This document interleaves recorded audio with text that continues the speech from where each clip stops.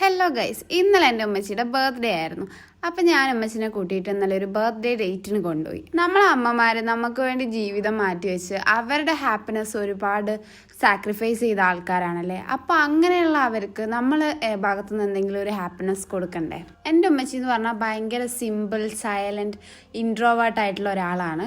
കഴിഞ്ഞ ദിവസം ഞാൻ ഉമ്മച്ചിനോട് ചോദിക്കുകയുണ്ടായി, ഉമ്മച്ചിയുടെ ലൈഫിൽ എന്താണ് ആഗ്രഹം, എന്ത് ചെയ്യാനാണ്, എന്ത് മേടിക്കാനാണ് ആഗ്രഹം എന്ന്. 1 മണിക്കൂർ എത്തി ഞാൻ ചോദിച്ചിട്ട് ഉമ്മച്ചി ഒരാഗ്രഹം പോലും പറഞ്ഞില്ല. അതെന്താ അങ്ങനെയെന്ന് എനിക്കറിയത്തില്ല. അമ്മമാരൊക്കെ ഇങ്ങനെയാണോ?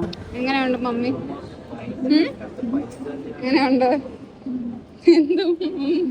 കണ്ടില്ലേ, ഇതാണ് എൻ്റെ മമ്മി. അധികം സംസാരിക്കത്തില്ല, ഒട്ടും എക്സ്പ്രസ് ചെയ്യത്തില്ല, ഭയങ്കര പാവാണ്. അതുപോലെ തന്നെ 1% പോലും ജനറേഷണൽ ട്രോമ എനിക്ക് തരാത്ത ഒരാളാണ് എൻ്റെ മമ്മി. നമുക്കൊരു പ്രായം കഴിയുമ്പോൾ നമുക്ക് മനസ്സിലാവും അല്ലേ, ലോകം എത്ര സെൽഫിഷ് ആണെന്നും നമ്മൾ ഉദ്ദേശിച്ചതുപോലെയല്ല മറ്റുള്ള ആൾക്കാർ എന്നൊക്കെ. എന്നാൽ ഒരാളെ മാത്രം നമുക്ക് ആ ഒരു കൂട്ടത്തിൽ പെടുത്താൻ പറ്റത്തില്ല. അതാണ് എൻ്റെ ഉമ്മച്ചി. എൻ്റെ ഏതൊരു സിറ്റുവേഷനിലും എൻ്റെ കൂടെ എന്നെ കുറ്റപ്പെടുത്താതെ നിന്നിട്ടുള്ള ഒരേ ഒരാൾ എൻ്റെ ഉമ്മച്ചി മാത്രമാണ്. എൻ്റെ ഉമ്മച്ചിയുടെ ലൈഫിൽ ഒരുപാട് ടഫസ്റ്റ് സിറ്റുവേഷനിൽ കൂടെ, ഒരുപാട് ട്രാജഡി കൂടെ, ഒരുപാട് ട്രോമയെ കൂടെ കടന്നു വന്നിട്ടുള്ള ഒരു വ്യക്തിയാണ്.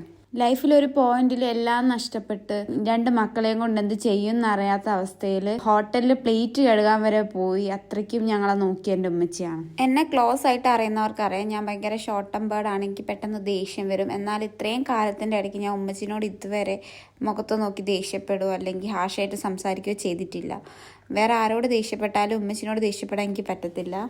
എൻ്റെ ലൈഫിൽ എയിം എന്താണെന്ന് ആര് ചോദിച്ചാലും ഞാൻ പറയുന്നതാണ്, എൻ്റെ ഉമ്മച്ചിനെ പ്രൗഡാക്കണം, ഹാപ്പി ആക്കണം, പ്രൈസ് ടാഗ് നോക്കാതെ എനിക്ക് എന്തും ഉമ്മച്ചിക്ക് വാങ്ങിച്ചു കൊടുക്കാൻ പറ്റണം എന്നൊക്കെ. അതിനുവേണ്ടി ഞാൻ ഒരുപാട് കഷ്ടപ്പെടുന്നുണ്ട്, ഒരുപാട് ട്രൈ ചെയ്യുന്നുണ്ട് സക്സസ് ആവാൻ വേണ്ടിയിട്ട്.